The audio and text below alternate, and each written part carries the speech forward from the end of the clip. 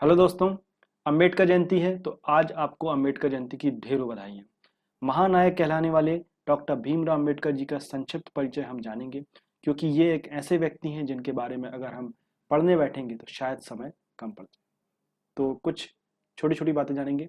Doctor Bhimrao Ambedkar, जिनका पूरा नाम था भीमराव रामजी अंबेडकर, 14 अप्रैल 1891 में इनका जन्म हुआ। 6 दिसंबर 1956 को इनकी मृत्यु हुई, जिन्हें बाबा साहब अंबेडकर के नाम से भी जाना जाता है। ये एक भारतीय न्यायविद, अर्थशास्त्री, राजनीतिज्ञ और समाज सुधारक थे, जिन्होंने दलित बौद्ध आंदोलन को प्रेरित किया और अछूतों, जो कि दलित कहलाते थे, के प्रति सामाजिक भेदभाव के खिलाफ अभियान चलाया था। वह वायसराय की कार्यकारी परिषद में ब्रिटिश भारत के श्रम मंत्री थे, जो संविधान मसौदा समिति के अध्यक्ष भी थे। स्वतंत्र भारत के पहले कानून और न्याय मंत्री थे और भारत के संविधान के मुख्य वास्तुकार माने जाते हैं। ऐसे थे हमारे डॉक्टर भीमराव अंबेडकर जी।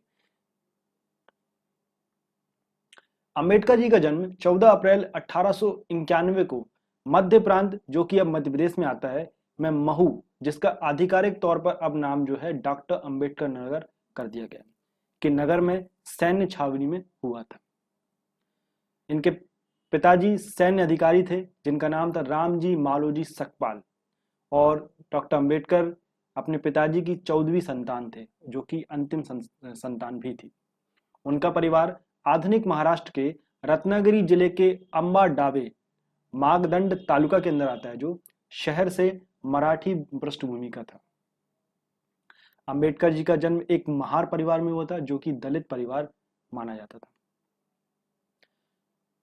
जो अछूत मानी जाती थी और सामाजिक आर्थिक भेदभाव के अधीन भी थी। डॉक्टर अंबेडकर जी का मूल नाम सकपाल था। भीमराव अंबेडकर की जगह भीमराव सकपाल था, लेकिन उनके पिता ने उनका नाम स्कूल में अंबादवेकर के रूप में दर्ज किया, जिसका अर्थ होता है वह रत्नागिरी जिले में अपने पैतृक गांव अंबादावे से आते हैं। परंतु उनके जो गुरुजी थे कृष्णाजी केशव अंबेडकर एक ब्राह्मण गुरु थे, जिन्होंने भीमराव अंबेडकर को अपना उपनाम दिया, ताकि उनकी प्राथमिक एवं माध्यमिक शिक्षा में किसी प्रकार की कोई कमी न रहे। उच्च शिक्षा के लिए महाराज गायकवाड़ से आर्थिक सहायता भी उन्होंने दिलवाई, और यहाँ तक कि लंदन में बैरिस्टर की शिक्षा का पूरा खर्च जो है वो महाराज गायकवाड़ से दिलवाया था। ये उनकी पत्नी। 1897 में अंबेडकर जी का परिवार मुंबई चला गया, जहां अंबेडकर एल्फिंस्टन हाई स्कूल में नामांकित एकमात्र अछूत छात्र थे। सन 1906 में जब वे लगभग 15 साल के थे, तब उन्होंने 9 साल की लड़की से शादी की, जिसका नाम था रमाबाई। सन 1907 में उन्होंने अपनी मैट्रिक परीक्षा उत्तीर्ण की और अगले वर्ष उन्होंने एल्फिंस्टन कॉलेज में प्रवेश किया, जो बंबई विश्वविद्यालय से संबंध रखता था। सन 1912 तक उन्होंने बंबई विश्वविद्यालय से अर्थशास्त्र, राजनीति विज्ञान में अपनी डिग्री प्राप्त की और बड़ौदा राज्य के साथ रोजगार लेने के लिए वे तैयार हो गए। सन 1913 में 22 वर्ष की आयु में अंबेडकर संयुक्त राज्य अमेरिका चले गए। उन्होंने कहा कि यह योजना द्वारा स्थापित तहत 3 साल के लिए प्रतिमाह 11.50 स्टर्लिन पौंड एक बड़ौदा राज्य छात्रवृत्ति सम्मानित किया गया था, जिसके थ्रू वो संयुक्त राज्य अमेरिका गए थे। ये जो छात्रवृत्ति दी गई थी, बड़ौदा राज्य के राजा जो थे, शासक जिनको बोला जाता था, सयाजी गायकवाड़ जी ने किया था। सन 1915 में अर्थशास्त्र पढ़ाई और समाजशास्त्र, इतिहास, दर्शन शास्त्र और मानव शास्त्र के अन्य विषयों में एमए की परीक्षा इन्होंने उत्तीर्ण की।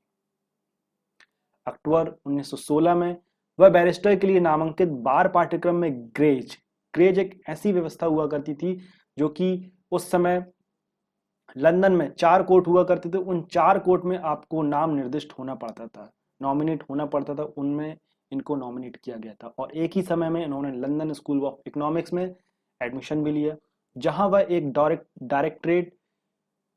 डॉक्टरेट थीसिस पर काम करना इन्होंने शुरू कर दिया था।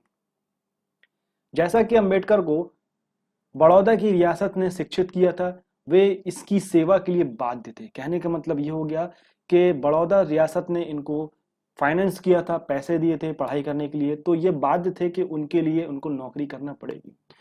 गायकवाड़ जी का सैन्य सचिव इनको नियुक्त किया गया था। सन 1935 में अंबेडकर को गवर्नमेंट लॉ कॉलेज बॉम्बे का प्रिंसिपल नियुक्त किया गया था।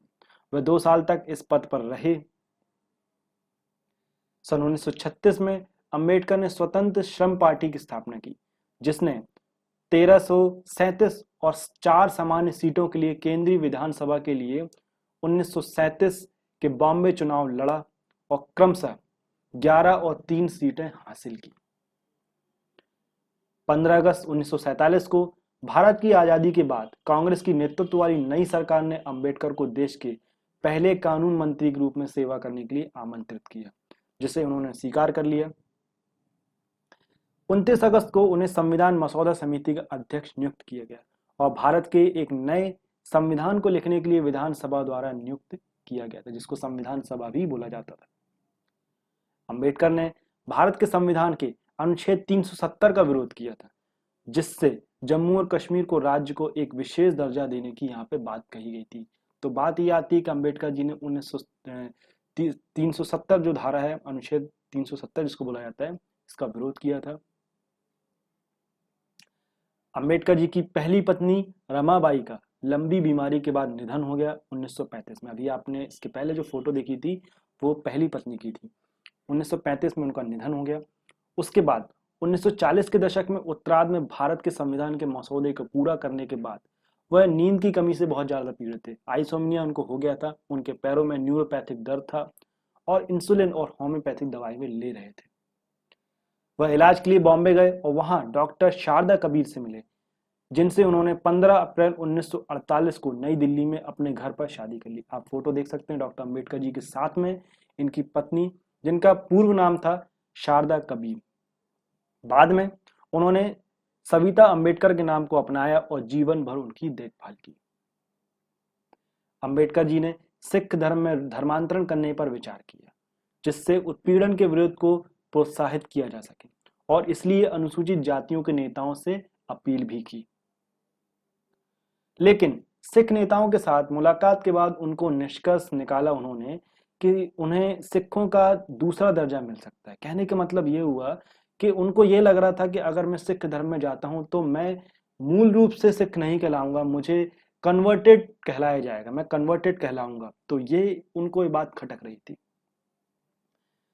सन 1950 के आसपास उन्होंने अपना ध्यान बौद्ध धर्म में लगाना शुरू कर दिया। श्रीलंका के बौद्ध भिक्षु हम्मालवा सदतिस्सा के साथ बैठक के बाद अंबेडकर ने 14 अक्टूबर 1956 को नागपुर में अपने और अपने समर्थकों के लिए एक औपचारिक सार्वजनिक समारोह का आयोजन किया, जहां पर डॉक्टर भीमराव अंबेडकर जी ने बौद्ध धर्म की दीक्षा ली और अपने साथ साथ अपने अनुयायी, जो कि लगभग उस समय 5 लाख थे, 5 लाख लोगों ने बौद्ध धर्म को सामूहिक रूप से अपनाया था। अपनी अंतिम पांडुलिपि the Buddha and his thumb को पूरा करने के 3 दिन बाद अंबेडकर की 6 दिसंबर 1956 को नींद में ही दिल्ली में उनके घर पर मृत्यु हुई।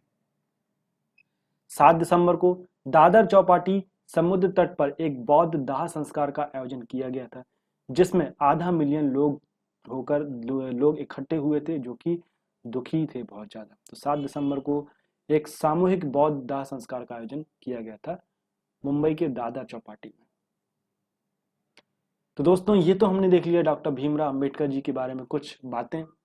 आशा करता हूँ कि आपको ये वीडियो पसंद जरूर आया होगा। अगर वीडियो पसंद आया तो प्लीज़ लाइक करिए और कमेंट करके बताइए कि आपको ये वीडियो कैसा लगा। जय भीम।